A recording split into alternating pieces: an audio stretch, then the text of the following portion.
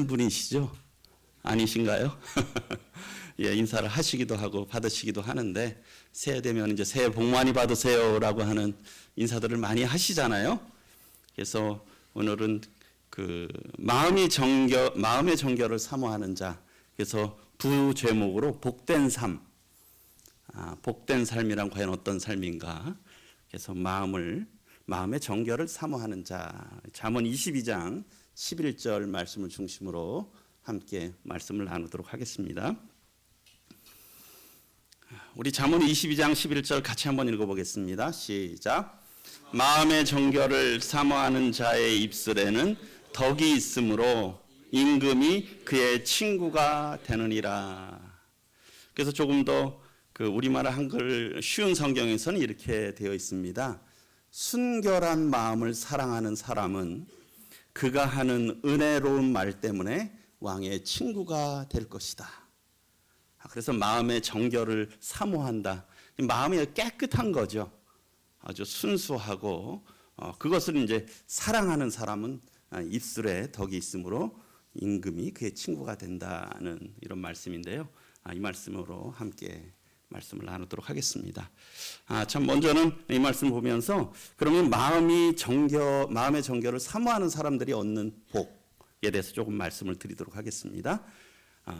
마음이 정결한 사람은 어떻다 그랬습니까? 여기 보면 입술에 덕이 있다. 그러니까 마음이 정결을 사모하는 사람은 그 입술이 은혜롭다는 겁니다. 은혜롭다는 거죠.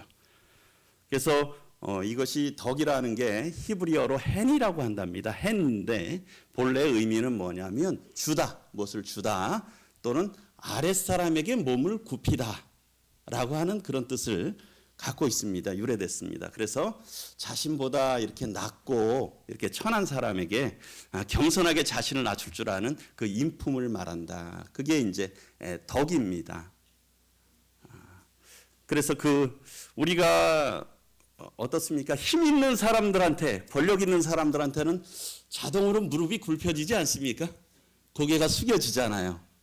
그런데 자기보다 오히려 나이가 또 아래거나 또는 비슷하다고 생각하거나 또 약하다고 생각하거나 힘이 없다고 생각하는 사람들에게 그렇게 하기는 쉽지가 않다는 것이죠. 더군다나 고대 때는 어떻겠습니까? 상하관계가 분명했잖아요. 주인과 종의 관계가 분명했잖아요. 그리고 우리나라에서도 뭐 좀 예전에 장유유서라고 어떤 어른과 아이의 서열이 다 있고 그랬지 않습니까?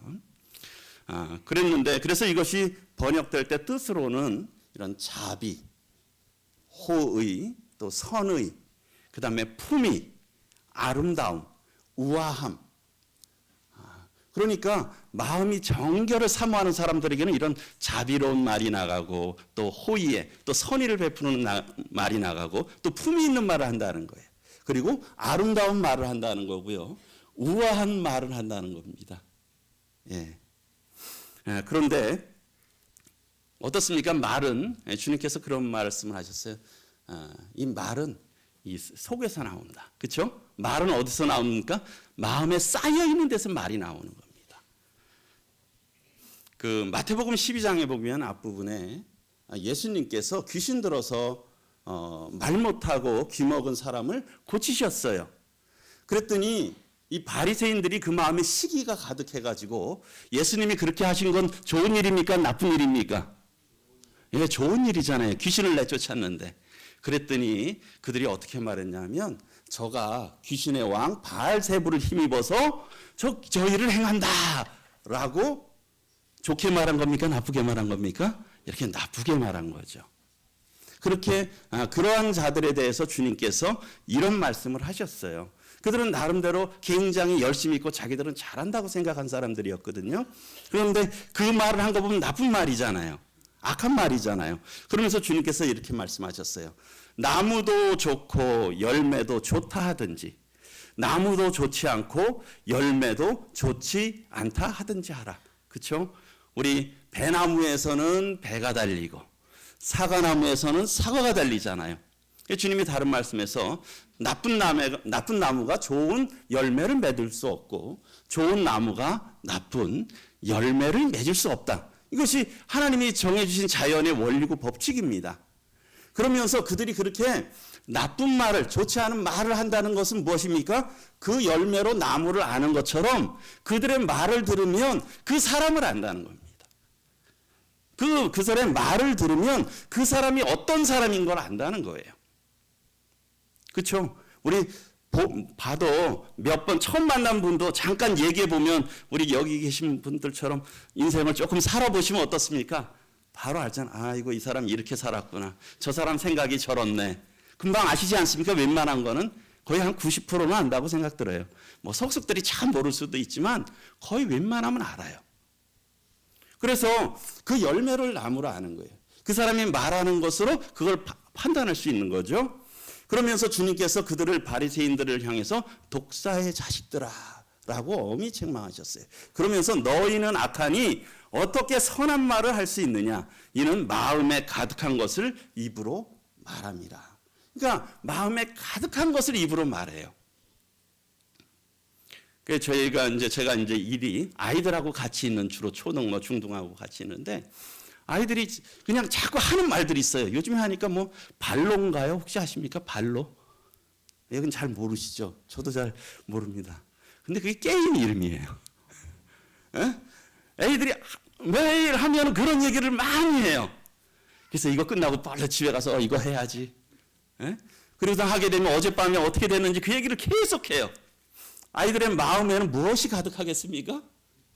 게임에 대한 생각이 가득해요. 많은 시간들은 무엇을 하면서 보냅니까?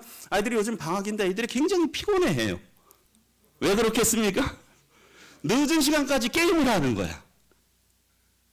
그러니까 그런 시간들로 보니까 아이들이 계속 그런 얘기들만 하는 거예요. 그렇지 않습니까? 우리 어떤 분을 만났는데 계속 그 얘기를 한다. 어떤 분이 그런 어떤 특정한 얘기를 해요.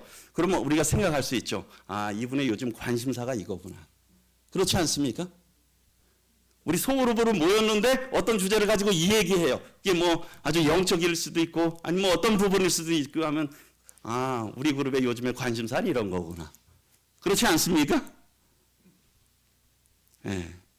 그러니까 주님께서 35절에 말씀하셨습니다. 선한 사람은 그 쌓은 선에서 선한 것을 낸다는 겁니다.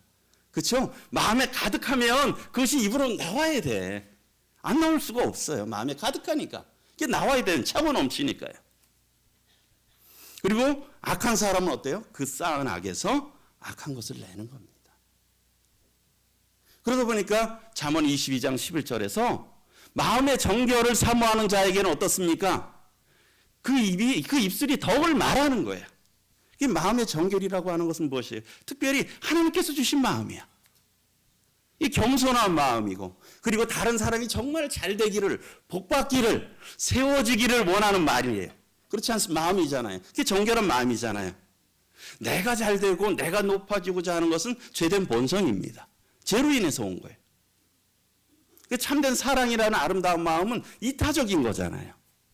이게 주님의 사랑이고 하나님의 사랑이잖아요. 그런 걸로 마음이 충만하고 가득하면 어때요? 자연스럽게 그런 것들이 나오는 거죠. 말하는 것이 은혜롭고 참 덕을 끼치고 그러는 겁니다. 그래서 마음의 정결을 사모하는 자는 첫째 그게 복이에요. 어때요? 그 입술에서 은혜로운 말이 나갑니다. 덕스러운 말이 나가는 거예요. 우리 요즘에 우리 장로 형제님들이 매주 성경 공부를 합니다. 이게 어제 아침에 공부한 내용입니다. 그 효과적인 장로 모임이라고 하는. 그래서 우리에게 어떤 마음으로 이런 모임을 가지고 성도님들을 돌봐야 될까? 또 이런 장로 형제님들이 모일 때마다 여러 부분들을 또 중요한 부분들을 많은 부분들을 논의하는데 어떻게 해야 될까? 대화는 어떻게 해야 될까? 특별히 어제는 우리가 대화를 어떻게 해야 될까 하는 그런 부분들이었습니다. 그러면서 그 한 부분인데요. 여기에 보게 되면 말은 사람의 상처를 싸매기도 하고 격려하기도 하며 상처받게 하기도 하고 멸망하게 하기도 한다. 그래서 제가 이걸 읽으면서 참 말의 능력이 대단하구나 하는 그런 생각을 했습니다. 잠언 12장 18절에 보게 되면 혹은 칼로 찌른같이 함부로 말하거니와 참 그런 경우 있지 않습니까? 칼로 찌른 것 같이. 오히려 칼보다 더 오래 상처가 남잖아요. 그렇죠? 세월이 오래 지나도 그 상처가 그 통증이 남잖아요. 어떤 사람들은 칼로 찌른 같이 함부로 말한대요. 깊은 상처를 주죠. 그런데 어때요? 지혜로운 자의 혀는 양약 같으니라. 한편으로 찔러서 깊은 상처를 내지만 지혜로운 자에는 아주 좋은 약과 같다는 거예요. 그리고요, 잠언 12장 25절을 보게 되면 근심이 사람의 마음에 있으면 그것으로 번뇌케 하나. 그렇죠. 우리 마음에 근심이 있으면 참 마음이 너무 아프고 참 골치가 아프고 그렇잖아요. 얼굴에 근심이 보이잖아요. 그런데 어떻습니까? 선한 말은 그것을 즐겁게 한다는 거예요. 어떤 많은 근심이 있었고 어려움이 있었는데 그런 분들에게 아주 은혜로운 그런 말로 인해서 그런 것이 달아난다는 거예요. 즐겁게 한다는 거예요. 그 근심이 사라진다는 거예요. 그리고 잠언 15장 1절에는 과격한 말은 노를 격동하느니라. 참 그런 경우들 많잖아요. 특별히 이제 우리 가까운 부부관계도 원래 작은 거에서 시작하다가 저도 그런 경우들이 참 많은 것 같아요. 잘못하면 이렇게 과격하게 해서 서로 격동하게 되잖아요. 싸움이라고 하는 건 아주 극히 작은 거에서 시작하거든요. 근데 아주 크게 그게 확대되잖아요. 마치 집을 태우는 불이 처음에는 작은 불씨지만은 그것이 그냥 초과상단을 다 태우고 LA와 같은 산불이 나는 거 아니에요. 그렇지 않습니까? 그래서 과격한 말은 노를 격동한다라는 거예요. 그리고 선한 말은 어떻습니까? 꿀송이 같다는 거예요. 참 마음에 달고 그것이 양약이 된다는 거예요. 그러니까 말이 이처럼 중요하다는 거예요. 사람을 살리기도 하고 죽이기도 하고 넘어뜨리기도 하고 세우기도 하고 병들게도 하고 치료하기도 하고 괴롭기도 하고 행복하게도 하고 그렇지 않습니까? 그런데 그것은 누구예요? 마음의 정결을 사모하는 자는 그 입술에 덕이 있다. 그 말이 은혜롭다는 겁니다. 그러니까 사람들이 좋아하겠습니까? 안 좋아하겠습니까? 그런 사람들. 좋아하죠. 그래서 두 번째로 유익은 뭐냐면 마음의 정결을 사모하는 자의 두 번째 유익은 임금이 그의 친구가 된다는 거예요. 그렇죠? 마음의 정결을 사모하는 자에는 입술이 있으므로 임금이 그의 친구가 되느니라. 다른 잠언 말씀에 보게 되면 의로운 입술은 왕들이 기뻐하는 것이요 정직하게 말하는 것은 그들의 사랑을 입느니라. 왕의 진노는 죽음의 사자들과 같아도 지혜로운 사람은 그것을 쉬게 하느니라. 우리 아이들 얘기했지만 그러니까 많은 아이들이 있는데 아이들이 참 좋아하는 아이가 있고요. 공통적으로 싫어하는 아이가 있어요. 그렇죠? 인기 있는 아이가 있고 인기 없는 아이가 있어요. 우리 성도님들 사람들의 관계 속에서 그렇지 않습니까? 어떤 분 만나면 굉장히 기분이 좋고 행복해지고 위로를 얻어. 근데 어떤 부분을 만나면 왠지 마음에 상처가 되고 부담이 되고 시간을 보내고 나면 안 좋아. 그런 경우 있지 않으세요 혹시? 별로 없으십니까? 네, 그렇습니다. 하물며 아이들도 그런데요. 모든 이게 관계 속에 다 그런 거예요. 그런데 임금, 이 가장 존귀한 이 왕들에게도 그런 사람들은 은혜를 입는다는 거예요. 그런 예가 이 다니엘에서도 볼 수 있죠. 다니엘서 2장을 보게 되면 느부갓네살, 바벨론의 느부갓네살이라고 하는 왕이 있었는데요. 그가 꿈을 꿨어요. 그랬는데 굉장히 마음이 번민해. 그런데 그 꿈도 생각이 안 난다. 무슨 꿈을 꿨지? 그리고 그 꿈의 의미는 무엇이? 그게 아주 생각이 안 나서 너무 괴로운 거예요. 그래서 바벨론 전 제국이 아주 정말 박사들, 지혜로운 사람들한테 명령을 내렸어. 내가 꿈을 꿨는데 내가 그 꿈이 생각이 안 난다. 그리고 그 해몽을 좀 해라. 그랬더니 박사들이 그걸 할 수 있을까요? 못할까요? 꿈을 얘기를 해야 해몽을 할 거 아니에요. 그랬더니 그렇게 이제 왕이 명령을 내리니까 그 모인 박사들이 이렇게 11절에 이렇게 얘기를 했어요. 왕께서 물으신 것은 어려운 일이라. 어려운 일이죠. 그렇죠? 육체와 함께 살지 아니하는 신들 외에는 왕 앞에 그것을 보일 자가 없나이다 한지라. 그 사람들의 말에 의하면 그게 맞죠. 그런데 그들은 평상시에 어떻게 했습니까? 어떤 것들에 대해서 왕에게 조언을 하고 예언을 기리움을 말하고 그랬잖아요. 다 안다고 지혜롭다고 말했잖아요. 그런데 이런 것들은 못하겠다. 이런 거는 사람이 할 수 없고 한마디로 이거 신만 할 수 있다는 거잖아요. 그랬더니 다니엘 느부갓네살 왕이 화가 났죠. 너희가 이제까지 나에게 거짓말을 했고 이런 걸로 시간 끌려고 하고 너희가 악하다. 그래서 왕이 아주 진노가 돼갖고 통분했어요. 그래가지고 바벨론의 모든 지혜 있는 자들을 다 죽여버리라. 왜? 이제까지 그들이 사기친 거잖아요. 그래서 다니엘과 다니엘의 세 친구도 죽게 됐어요. 그래서 그 소식을 다니엘이 듣고 그 왕의 신하에게 말해서 이제 좀 시간을 왕에게 이제 전해달라고 해서 16절에 보게 되면 다니엘이 들어가서 왕께 구하기를 시간을 주시면 왕에게 그 해석을 알려드리이다 하니라. 그랬죠. 그랬더니 왕의 화가 좀 누그러들었죠. 그리고선 다니엘이 이제 그 세 형 친구들한테도 와서 이마이마한 얘기를 하고 좀 기도를 해달라고 하나님 앞에 구했을 때 하나님께서 그 신상에 대한 꿈을 꾼 걸 알려주셨고 그 의미까지 미래 제국에 대한 앞으로 일어날 왕국에 대한 거라고 하는 걸 알려줬어요. 그래서 그것을 다니엘이 그 왕에게 다 설명을 하니까 어떻습니까? 14절에 보니까 그 말을 들은 느부갓네살 왕이 엎드려 다니엘에게 절을 한 거예요. 다 죽이려고 했는데, 화가 나서 다 죽여버리려고 했는데, 참 다니엘이 이런 하나님부터 놀라운 지혜를 얻어서 참 이 마음의 정결을 사모하는 자였잖아요, 다니엘은. 하나님이 지혜를 주신 거예요. 하나님께서 함께 하셨어요. 그래서 어떻습니까? 오히려 그 왕이 다니엘에게 굴복한 거예요.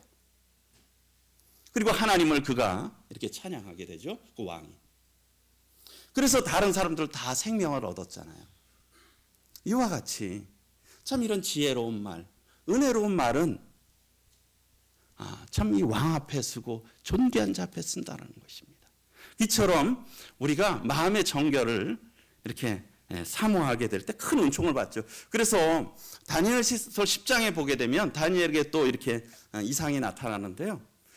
그가 천사 앞에 이렇게 굴복됐을 때, 하나님의 사자 앞에 굴복됐을 때 이렇게 말씀하고 있습니다. 내게 이르되 큰 은총을 받은 사람 다니엘아, 내가 내게 이르는 말을 깨닫고 일어서라. 또 19절에도 큰 은총을 받은 사람이여 두려워하지 말라. 평안하라. 강건하라. 강건하라.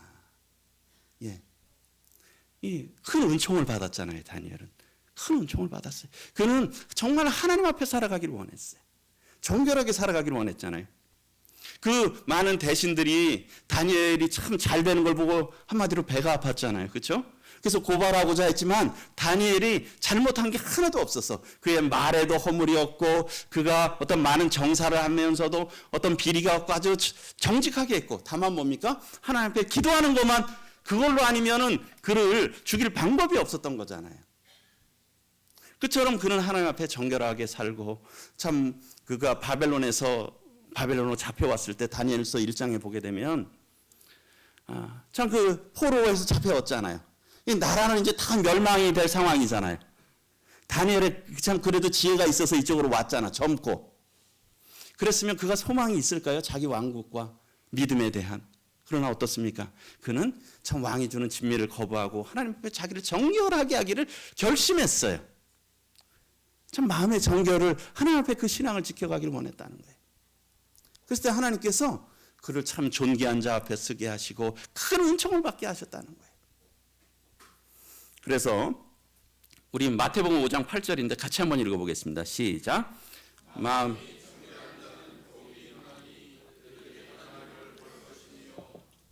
마음이 청결한 자는 복이 있나니 그들이 하나님을 볼 것이요. 우리 눈이, 저도 나올 때 안경을 좀 닦아야 되는데 하는데 시간이 없어서 못 닦고 나왔는데, 어때요? 안경이 더러우면 볼 수 있습니까? 없잖아요. 깨끗해야 또 이걸 바로 볼 수 있지 않습니까? 우리의 마음이 참 청결해야 하나님을 볼 수 있는 거예요. 우리 육안으로 볼 수 있는 하나님이 아니잖아요.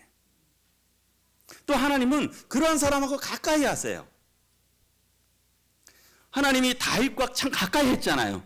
다윗이 전쟁하는 모습들을 이렇게 싸우는 것들을 보게 되면 하나님께서 그에게 지도하셨어. 이쪽으로 가라, 저쪽으로 가라, 이때 가라. 또 싸울까요, 말까요? 하나님이 다 응답하셨잖아요. 그렇죠? 하나님이 함께 하셨어요. 그런데 어떻습니까? 사울은 할 때 하나님이 대답을 안 하시고 길을 보여주지 않으시는 거예요. 이게 마음이 정결한 사람, 그것을 사모하는 사람에게 하나님이 함께 하시는 겁니다. 그래서 마음이 청결한 자가 복이 있는 거예요. 그러니까 우리가 마음을 아주 청결하게 하려고 그걸 사모해야 돼. 주님, 제가 정말 마음을 정말 정결하게 하기를 원합니다. 우리 자매님들 집 깨끗이 청소하시기를 원하시죠? 근데 다들 잘 안 도와주죠, 가족들이. 저도 그런 것 같아요. 어쨌든 그런데 그렇게 집을 우리 청소하듯 그것을 사모하듯이 그걸 방치해서 두는 게 아니잖아. 그래서 이렇게 하나님 앞에 큰 은총을 받는다는 겁니다. 그래서 마음을 정결을 사모하는 자가 받는 복이 그 입이 덕스럽다는 거예요. 그리고 존귀한 자 앞에 쓰고 하나님 앞에 하나님의 은총을 입는다는 거죠. 그러면은 어떻게 하는 게 마음의 정결을 사모하는 삶일까 하는 그런 생각을 조금 해보게 됩니다. 먼저는요, 그런 생각이 듭니다. 우리 마음을 알아야 돼. 그렇지 않습니까? 마음을 깨끗해. 우리가 바뀌야. 우리 명절 있으면 예전에 좀 목욕탕 가지 않습니까? 그렇죠? 목욕탕 가서 씻으면 되잖아요. 그런데 우리의 마음은 어떻게 씻어야 될까? 제가 얼마 전에 혼자 좀 한 4시경에 밥을 먹으러 갔어요. 혼자 밥을 먹으러 갔는데 주인분이 저하고 주인분 혼자만 계시더라고요. 그 시간에 가니까. 그런데 이제 제가 이제 주문을 하고 딱 앉았는데 주인분이 뭐를 듣고 계시는 거야. 근데 정확히는 모르지만 아마 불교에 관한 것들인 것 같아요. 그런데 그래서 제가 좀 이게 무슨 내용인가 하고 좀 자세히 밥을 먹으면서 들어봤죠. 그랬더니 이제 그거더라고요. 사람에게는 숙명과 운명이 있다. 숙명과 운명이 있다. 그런데 이 숙명과 운명을 거스를 수 있는 사람들이 있다. 그것은 뭐냐면 아주 착하거나 아주 악하거나 그러면 운명과 숙명을 거스를 수 있다. 그래서 그 얘기를 하는 겁니다. 근데 대부분의 사람들은 그냥 그마하게 숙명대로 살아간다. 그러다 보니까 아주 악하게 살아서는 안 되니까 어때요? 아주 선하게 살아가야 된다. 그래서 이게 선하게 살아가도록 하라 하는 내용이 보니까 요지더라고요. 근데 그렇게 될까요? 숙명을 거부하면서, 운명을 거부하면서. 예레미야 17장 우리 같이 한번 읽어보겠습니다. 시작. 만물보다 거짓되고 심히 부패한 것은 마음이라 누가 능히 이를 알려마는. 우리 복음 전할 때 많이 전하시죠? 그런데요, 우리 아직 이게 구원받지 못한 분들의 마음만 이럴까요? 우리의 마음도요, 우리의 옛 마음도 이하고 똑같습니다. 어때요? 심히 부패한 것이 우리의 마음이에요. 만물에 얼마나 많은 물건들이 있고 얼마나 더러운 것들이 많습니까? 그렇죠? 근데 하나님께서 말씀하셨어요. 만물보다 그리고 거짓되다는 거예요. 우리 더러운 거는 더러운 거는 그냥 더러운 거 그대로 보여주잖아요. 그렇죠? 예를 들면 짐승들도 더러우면 더러운 거 그냥 그대로 보여주잖아요. 근데 사람들은 더러워도 어떤 때 잘 안 보여주죠. 그렇죠? 우리 10길 물속은 알아도 1길 사람의 마음속은 모른다 그러잖아요.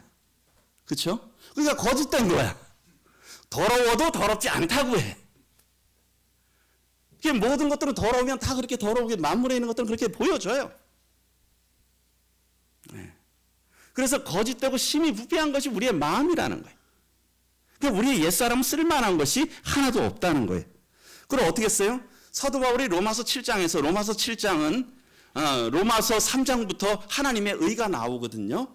3장, 5장까지 하나님의 의, 율법이 아닌 하나님의 의에 대해서 말씀하고 6장에 우리가 세례의 의미에 대해서 우리가 그리스도와 함께 죽었고 장사되었다. 다시 부활했다라고 하는 걸 말씀하면서 7장에서 또 말씀하고 있어요. 그러면서 여기에는 사도 바울이 자신의 구원받은 후에 자신의 삶을 말씀하고 있어. 이 구원받으면 어떻습니까? 성도님들 딱 마음 드는 생각 어떻게 들어요? 하나님 앞에 감사하고 이젠 죄 짓지 말고 잘 살아야 되겠다. 그런 마음 혹시 들지 않으십니까?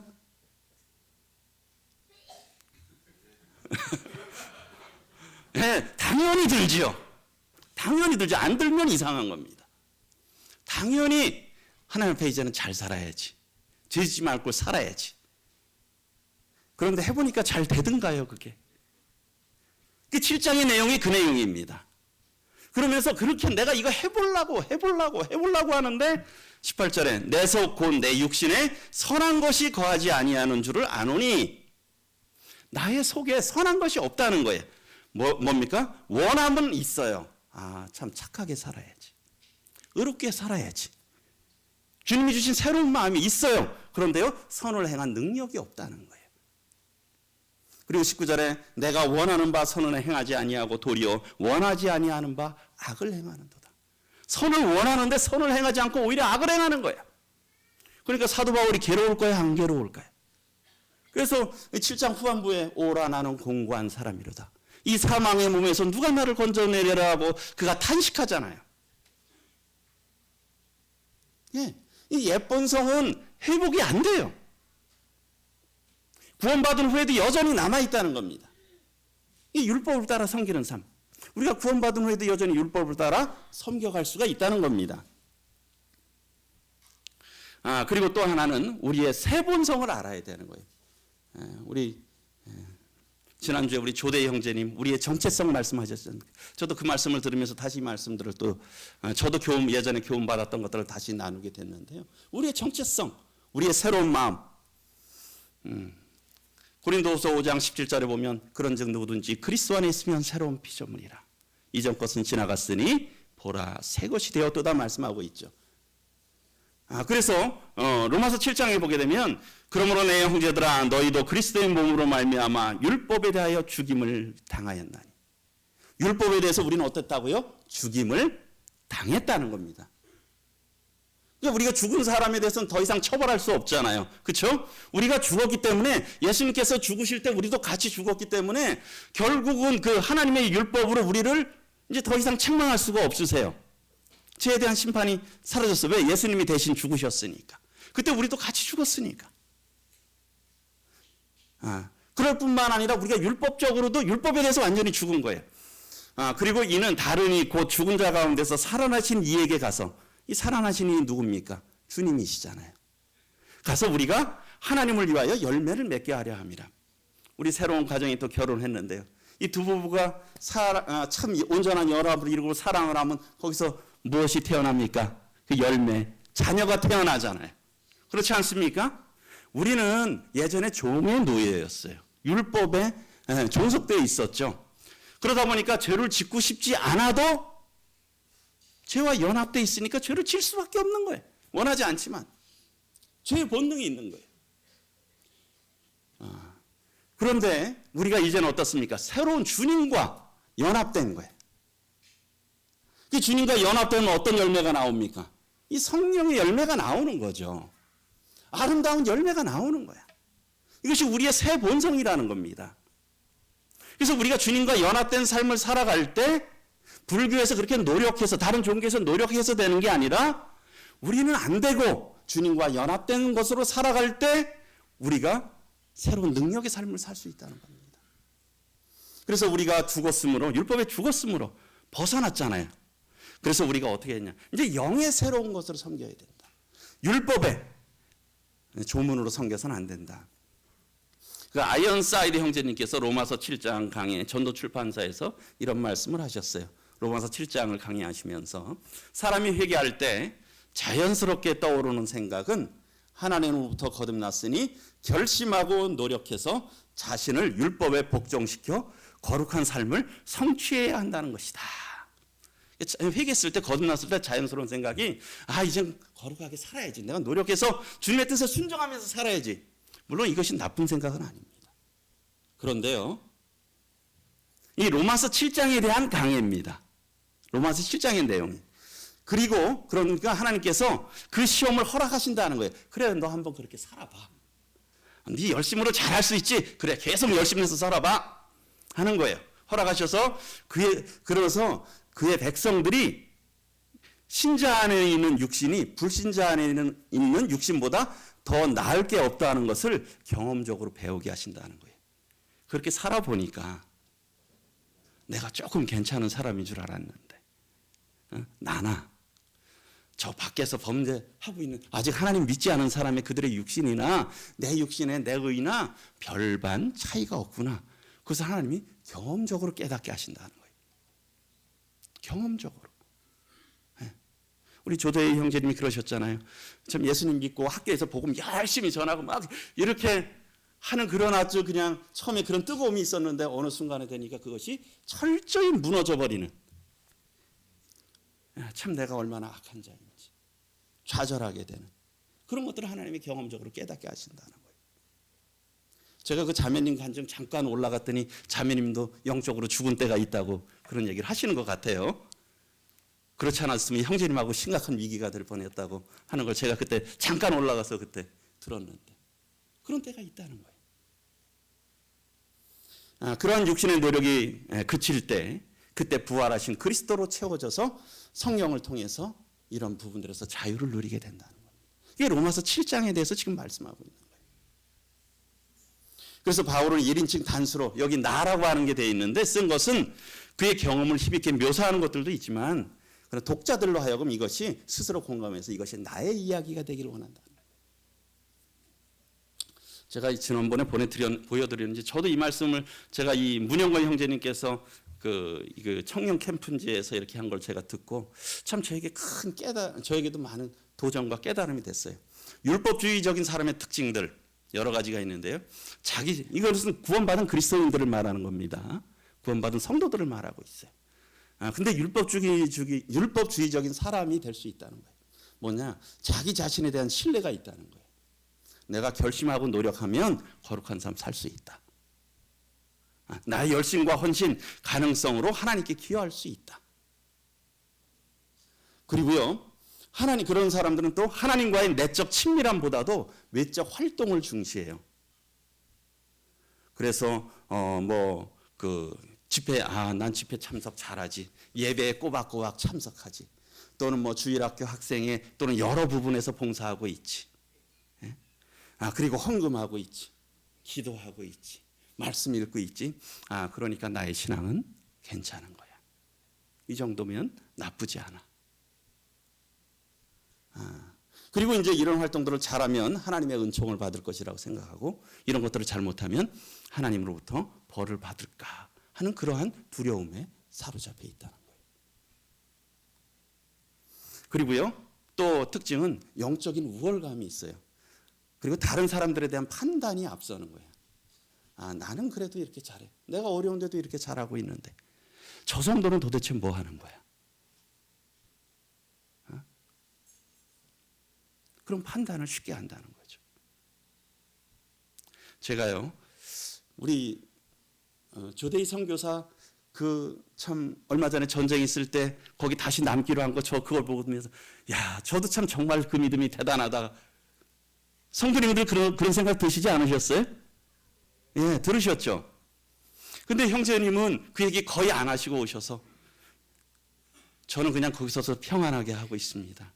한국에서 신앙생활, 어려운 환경에서 신앙생활 하시는 성도님들이 더 고생이 많으시고 대단하세요. 저는 그 말씀을 할 때 그게 접대성 멘트가 아니다라는 생각이 들었습니다. 형제님의 정말 10년 가운데 자신이 한 것들은 정말 아무것도 아니다라고 하는 거. 보여주기 위한 겸손이 아니다라는 생각이 들었어요. 이건 정말 하나님이 하신 거고 나는 정말 약하고 무익한 자인데 하나님이 은혜 베풀어 주셔서 이런 것들을 주셨다는 것을 그 형제님 마음에 간직했다고 생각이 들어요. 그리고 오히려 우리 성도님들을 바라보면서 참 귀하다라고 그것이 진실한 마음이었다는 그런 생각이 듭니다. 그렇지 않습니까? 제가 봐도 지금도 참 얼마나 놀라우세요. 우리가 그러면은 잘못하면 영적 우월감을 가지고 나는 그래도 잘하고 있지.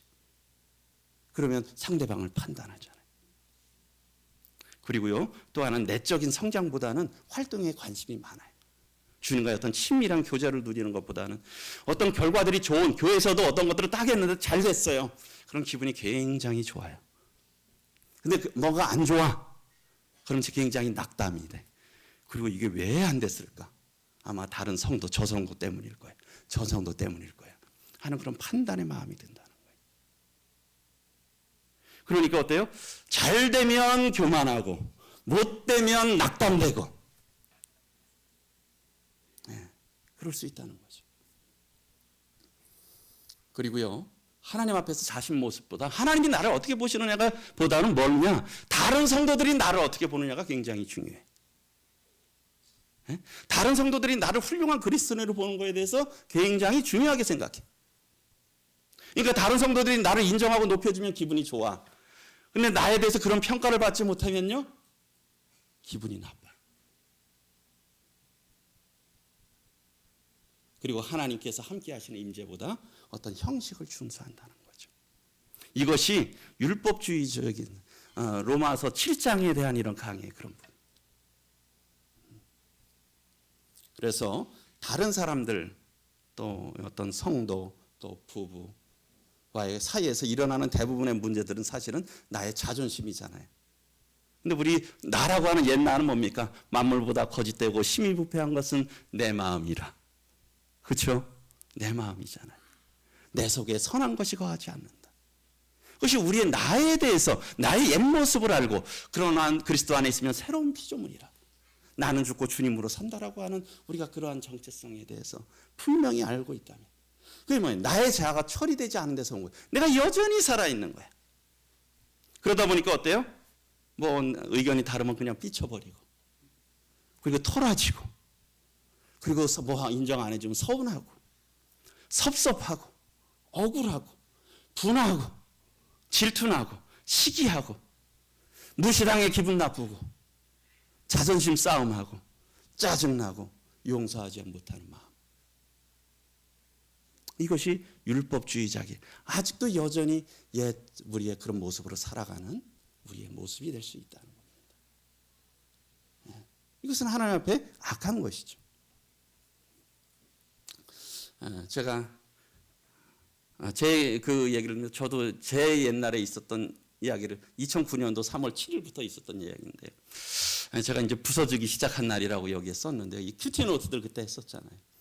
그러면서 제가 그날 밤에 그 박만근 형제님 GNTV 이렇게 영상을 다시 이렇게 보면서, 참 제가 여기다가 이렇게 여기 나의 신앙이 참 껍데기구나 하는 그런 생각, 한 6년 전쯤에 껍데기구나 하는 생각이 들었어요. 내가 지금 껍데기 신앙을 하고 있구나.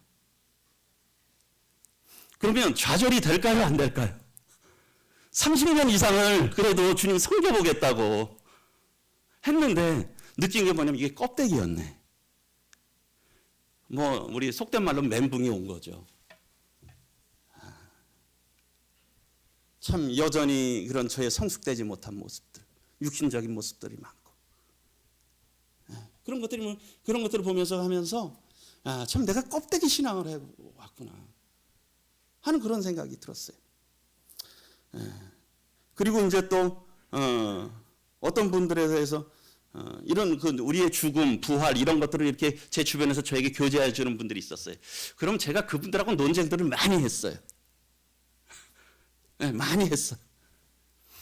그리고서는 제가 3월 8일 날 욥기서를 이렇게 읽으면서, 무지한 말로 이치를 가리는 자가 누구니까 나는 깨닫지도 못한 일을 말하였고 스스로 알 수도 없고 헤아리기도 어려운 일을 말하였나이다.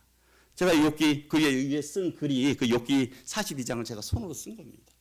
제가 그것을 하면서 참 이런 물론 욥보다도 형편없는 삶을 살았지만, 욥이 그렇게 징계를 받으면서도, 물론 그 믿음이 대단하지만 그 세 친구와 엘리후가 왔을 때도 그것에 대해서도 아주 꼬박꼬박 반박하면서 나의 의로움을 나타냈어요.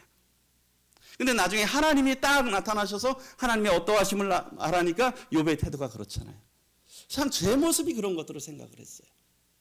참 제가 이 무지한 말로다가 이치를 알지 못하는 자가 참 저라는 그런 생각을 했어요. 그 깨닫지도 못하는 거 그냥 막 말하고, 스스로 알 수도 없고 헤아리기도 어려운 것들을 또 말하고, 그러면서 참 하나님 앞에 악한 자구나 하는 그런 생각을 이렇게 했습니다. 참 그러면서 제가 3월 13일 날 며칠 후에 참 하나님 앞에, 그때 이제 누가복음 말씀들을 우리 큐트는 했는데, 하나님 앞에 그 사가랴 그 강구 누가복음 1장 13절 너의 간구함이 들린지라. 그래서 참 사가랴의 간구를 들으시는 하나님, 저의 간구를 들으실 줄 믿습니다. 주님을 기다립니다. 참 저에게 임재해 주세요. 참 저를 불쌍히 여겨주세요. 그러면서 대저 하나님의 모든 말씀은 능하지 못하심이 없느니라. 아멘. 그렇습니다. 이 종에도 말씀해 주세요. 또 성령의 충만함을 받아. 충만함이라는 건 받는 거잖아요. 내가 취하는 게 아니잖아요. 하나님 저에게 성령 충만함을 주세요. 저를 정말 긍휼히 여겨주세요. 그리고 3월 17일 18일 날 잠이 안 와서 그때 로마서 6장 7장을 읽으면서 이틀에 걸쳐서 이렇게 참 묵상을 이렇게 했는데, 그래서 제가 죽은 날이고 제가 다시 산 날이라고 참 그러면서 참 저에겐 가능성이 하나도 없다라고 하는 거. 그래도 한 1, 2%는 쓸만한 사람인 줄 알았는데 1, 2%도 쓸만한 게 없다는, 정말 하나님 앞에 완전히 타락한 자이고 정말 만물보다 거짓되고 심히 부패한, 그래서 죽은 게 정말 감사가 됐어요. 이 죽지 않으면 해결이 안 되잖아요. 그렇죠? 그 로마서 7장에 보게 되면 사람이 법 아래 있으면 남편이 있는 여인이 남편이 살아있을 동안에는 다른 데로 시작금한 음부예요. 로마서 7장 1, 2절에. 그런데 남편이 죽으면 그 법에서 자유롭다. 제가 그 말씀을 들으면서 참 제가 그리스도와 함께 죽은 게 참 감사가 됐어요. 이게 죽지 않으면 끝나지 않잖아요, 이 문제가. 우리가 죽지 않으면 끝나지 않는 거예요. 죽은 게 감사가 되는 거죠. 참 감사가 됐습니다. 그리고선 3월 19일 날 참 하나님 앞에 참 감사가 됐고요. 그 다음에 3월 28일 날 참 주님께서 나를 이렇게 완전하게 하셨다. 참 주님하고 우리가 연합됐다는 게 참 감사가 됐어요. 참 우리는 죽었지만 우리의 침례의 의미가 그거잖아요. 우리가 예수님과 함께 죽고 장사되고 다시 새 생명 가운데 살아나서, 로마서 6장의 말씀이 그거잖아요. 연합됐다는 거예요. 연합된. 그래서 이제 예수 생명으로 살아가는 게 정말 참 축복이다. 저에게는 그냥 바라볼 게 하나도 없다는 그런 것들을 참 제가 교훈을 받았던 것들이 생각이 납니다. 우리를 완전하게 하셨지 않습니까? 주님 안에서. 그런 것들을 생각할 때 우리가 마음을 정결을 사모하는 삶. 그러니까 어때요? 하나님의 은혜만을 구할 수밖에 없어요. 다윗이 시편 51편에서 우리아의 아내 밧세바를 취하는 다음에 선지자 나단이 왔던 때 지은 시가 시편 51편이잖아요. 그건 뭐예요? 하나님 저에게 인자 베풀어 주세요. 은혜 베풀어 주세요. 긍휼 베풀어 주세요. 저는 제 죄가를 압니다. 죄가 항상 하나님 앞에 있어요. 저를 불쌍히 여겨 주세요. 그리고 하나님이여 제 속에 10절에 보면 제 속에 정한 마음을 창조해 주세요. 저에게 깨끗한 마음을 주세요. 왜요? 자기가 얼마나 더러운지를 알잖아요. 그렇지 않습니까? 그러니까 하나님 앞에 납작 엎드릴 수밖에 없고 그분의 은혜를 구할 수밖에 없는 겁니다. 그러니까 우리 자신이 하나님 앞에 얼마나 악한지를 알 때 하나님의 은혜를 구할 수밖에 없는 거예요. 그래서 우리 같이 한번 읽어보겠습니다. 마태복음 5장 3절 6절 시작.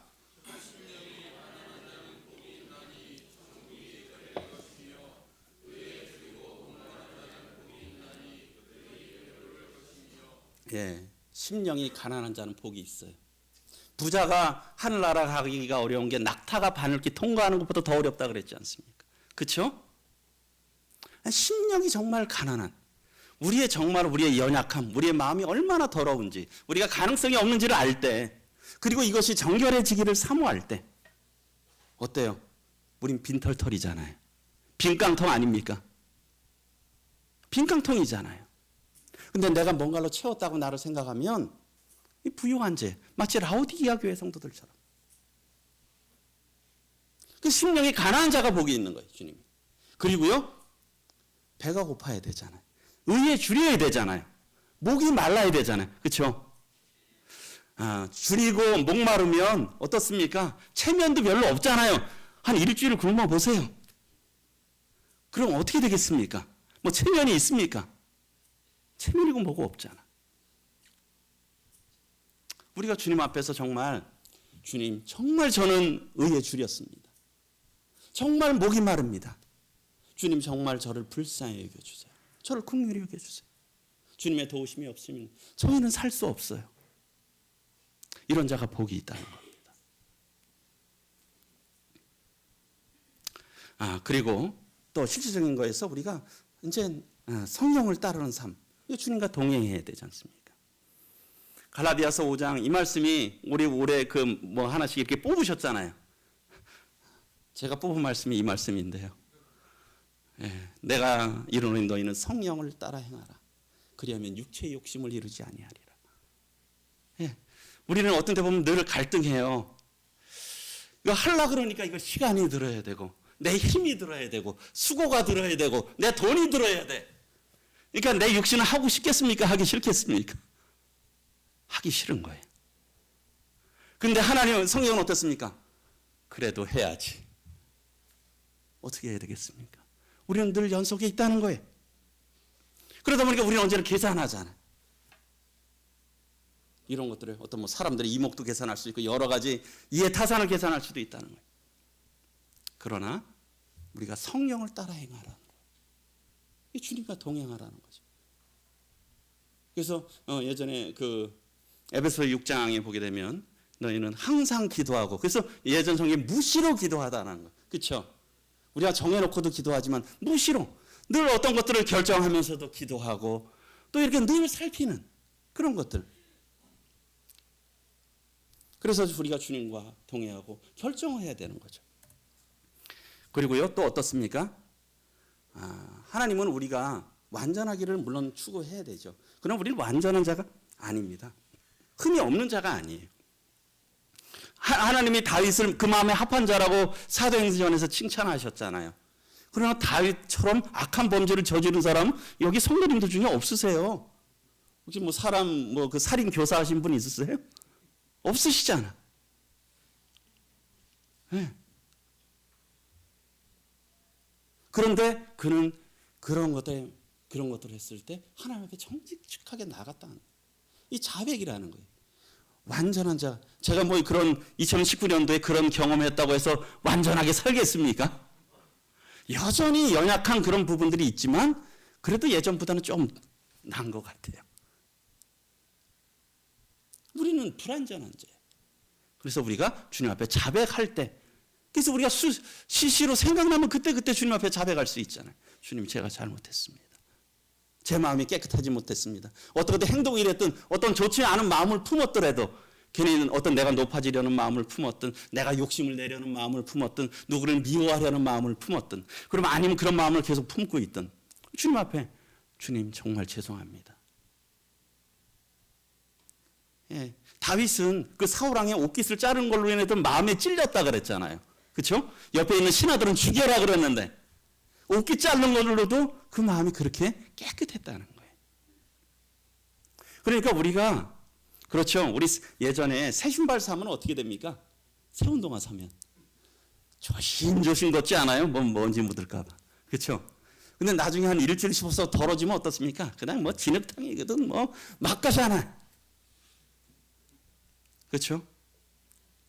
우리의 마음도 양심도요, 청결한 양심이 있고 거짓 없는 양심이 있고 더러워진 양심이 있다는 겁니다. 성도들도 그럴 수가 있어요. 우리 도둑질을 하는 도둑들도 그렇잖아요. 처음에 할 때는 더덜더덜 떨면서 하는데 그 여러 번 하면 어떻게 됩니까? 그냥 평안하잖아요. 이게 살인하는 사람들도 그렇다 그래요. 우리가 죄에 대해서도 그렇게 둔감해질 수 있다는 겁니다. 민감해져야죠. 그 옷깃을 자른 것 때문에 마음에 찔림을 갖는, 그것을 기록을 했어 하나님께서는요. 그래서 우리가 주님 앞에 자백하고 민감해야 된다는 겁니다. 그 마음이 정결할 때 민감한 거예요. 깨끗한 운동화일 때 더러우면 바로 닦잖아요.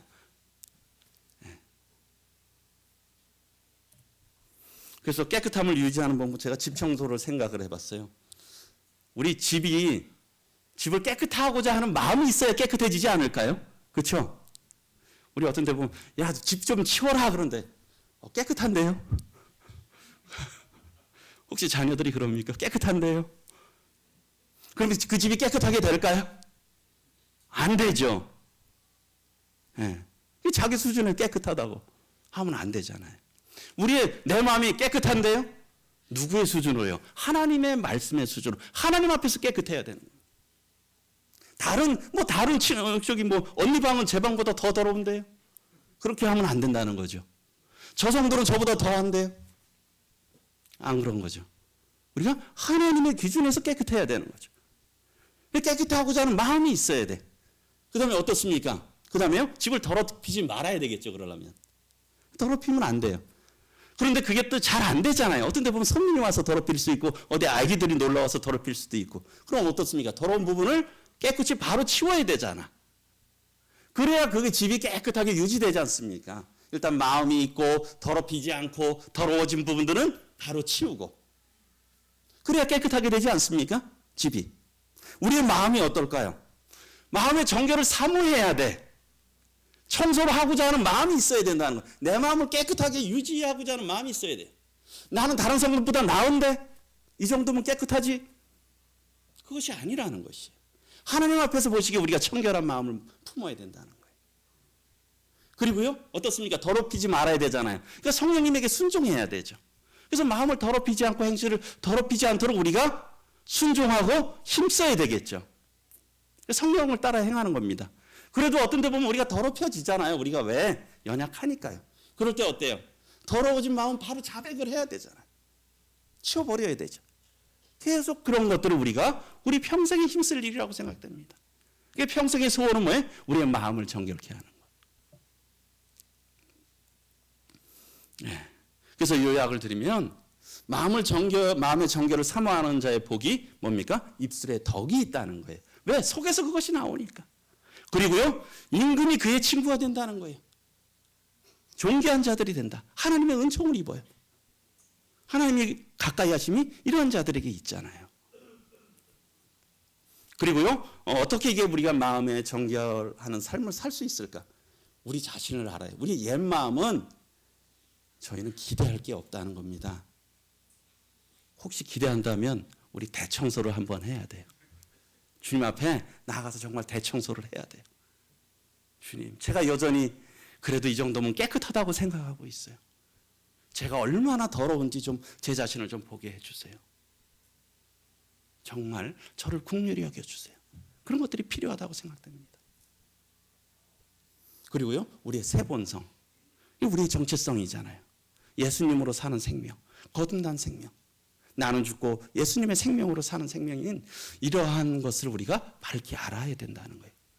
우리 불교처럼 노력하라는 거 아니잖아요. 다른 종교처럼 우리 힘으로 하라는 게 아니잖아요. 할 수 없는 것들을 하나님께서 하시겠다는 거예요. 그리고요, 그러니까 어때요? 이럴 때 어떻습니까? 하나님의 은혜를 구할 수밖에 없는 거예요. 겸손해질 수밖에 없고 간절해질 수밖에 없고 가난한 심령이 될 수밖에 없고 의에 줄일 수밖에 없고 목마를 수밖에 없다는 겁니다. 하나님의 은혜를 구해야 됩니다. 그리고요, 그러면서 우리가 이제는 성령을 따르는 삶을 살아야 되죠. 말씀을 따라. 그럴 때 육체의 소욕을 이루지 않잖아요. 그리고 그래도 우리가 또 잘못하는 부분이 있을 때는 즉시 자백하는 주님과 동행하는 삶을 우리가 살아야 될 것입니다. 그래서 복된 삶, 마음의 정결을 사모하는 것이 복 아닙니까? 마음의 정결을 사모하는 게 복이에요. 그리고요, 우리의 옛 본성을 신뢰하지 않는 게 복입니다. 1%도 신뢰하지 않는 거. 나는 잘난 것이 하나도 없어. 할 수 있는 것이 하나도 없어. 그냥 악만 행할 뿐이야. 옛 본성을 신뢰하지 않는 게 복입니다. 그리고요, 또 심령이 가난한 것이 복입니다. 부유한 것이 심령이 가난한 것이 복이고 의에 줄이고 목마른 것이 복입니다. 그리고요, 주님과 연합된 새 본성으로 하나님의 능력으로 살아가는 것이 복이라고 생각합니다. 우리 마음의 정결을 사모함으로 우리 새해 복 많이 받으시기 바랍니다. 기도드리겠습니다. 은혜로우신 주님, 참으로 감사를 드립니다. 저희들에게 주신 귀한 은혜를 찬양하고 영광을 돌려드립니다. 오늘 또 이렇게 마음의 정결을 사모하는 자의 복과 또 삶이 어때야 됨을 다시 교훈해 주셔서 감사를 드리옵고, 참 저희가 마음의 정결을 또 사모하게 하시고 또 저희들에게 능력이 없사오니 주님께서 저희들과 함께 하셔서 저희들을 통해서 선한 역사를 이루어 주시고 주님의 영광을 드러내 주시기를 간구를 드립니다. 의에 있을 또 예배를 통해서 주님 홀로 영광 취하시옵소서. 예수 그리스도의 존귀하신 이름으로 감사하며 간절히 기도드리옵나이다. 아멘. 네, 감사합니다. 현재 시간 11시 20분입니다.